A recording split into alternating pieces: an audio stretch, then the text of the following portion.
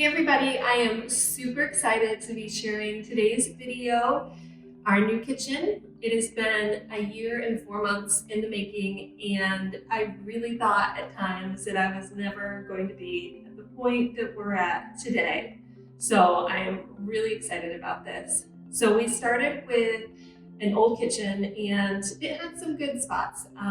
It was cute with some vintage things. It was big, which was really nice, and I always appreciated that. But there was a lot of things in it that needed to be replaced. And for years, I had wanted a dining room, and we were able to do that with this space, bump out to our front porch. And we also added a bedroom upstairs. The old kitchen only had a crawl space attic.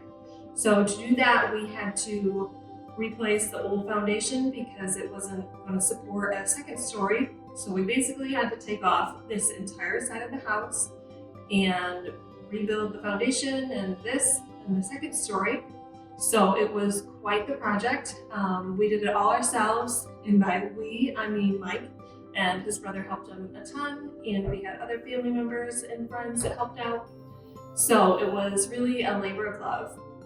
So I'm going to share what we started with, some of the during photos and videos, and then I will share the kitchen. And I'll also be sharing a lot of DIY videos. So we have a lot from the things that we created in here. And the dining room and the mud room will be finished hopefully soon, just a few finishing details needed in those rooms. So once those are finished, we will also share those spaces. Here's a quick look at what our kitchen did look like. It was last updated in the 1940s or 50s, other than paint.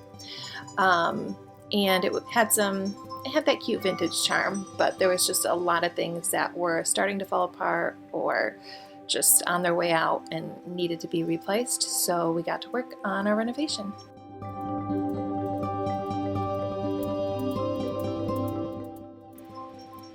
Like I mentioned, we had to take off the entire side of the house, which was the porch, kitchen, and mudroom, so that we could do foundation work.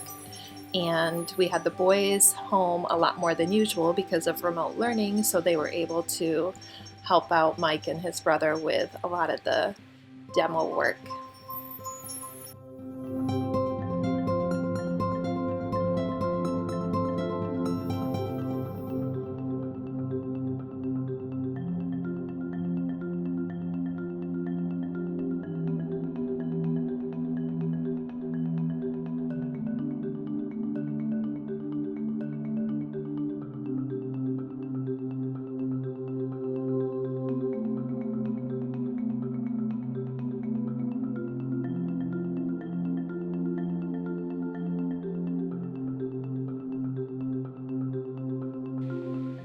The biggest part of the project was probably the foundation. We ended up doing that ourselves. Thankfully, we had a lot of family to help out with that. But it was a huge undertaking, and we had setbacks due to weather, and so the whole process just took a lot longer than we anticipated, which is pretty much what we were expecting with a renovation project, that we were going to have setbacks. But we called this the pit of despair. Just felt like weeks on end of looking at mud and dirt around our house. Total, we were without a kitchen for 4 months. For a few months, we used a pop-up camper in our backyard, and then when it got too cold for that, we had to move our kitchen into our family room.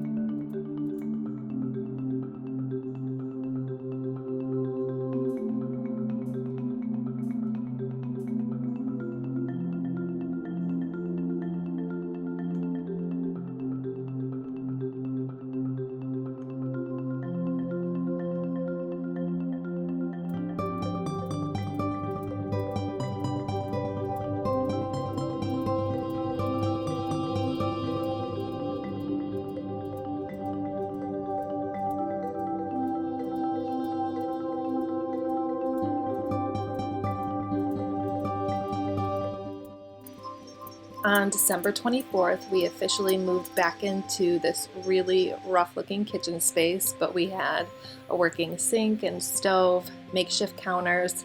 I immediately got to work making our cinnamon rolls for Christmas Day, and then we just spent the next few months slowly working on the kitchen as we could in our free time, and things just always felt messy and chaotic. But every time we got one more thing checked off the to-do list in the renovation process, it felt so good to being one step closer to having it finished.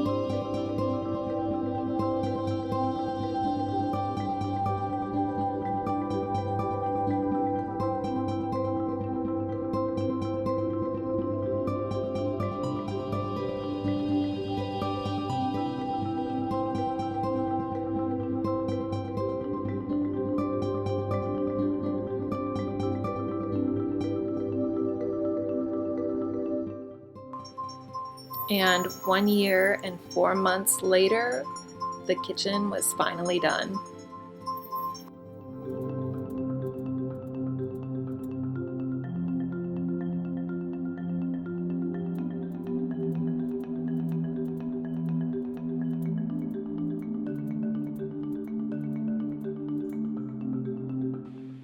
Just going to share some more details, close-up of things. I've had a lot of questions about all of the things that we did, so I will share some of this stuff here, and I'll also be sharing more details in future videos for DIYs for the specific things. And I'm hoping at some point I can give you a tour of like what is inside of our cabinets and drawers. This one right here, if I can get it open, is our garbage. Really nice to have that hidden away, but still in the center of the kitchen. A few details on our island. We have a maple wood countertop on that Mike made. Then we did beadboard around the sides and back. I wanted outlets on each end of the island because it's pretty big, but I didn't want them super visible, so we tucked them around the corner here, which I thought helped hide them better. And we also did a custom vent cover here. And then Mike also made our kitchen stools.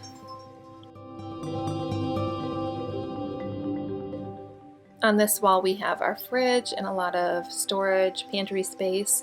The left of the fridge here was supposed to be empty originally, but we decided to turn it into a skinny pantry, and I'm so thankful we did that and have that extra storage space there.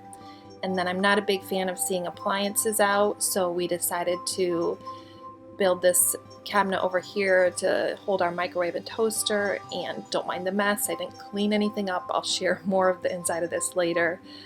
But we did do doors that slide in there, and I'm super thankful for that feature. And then this is a stool that was at my grandma's house for a long time, and that is what we use to access the super high cabinets. This is our refrigerator and freezer, and I'm going to share more about this in the future because it is going to be a DIY. It's a normal fridge that we were able to make look like one of the cabinets. So we're going to share how we did that soon.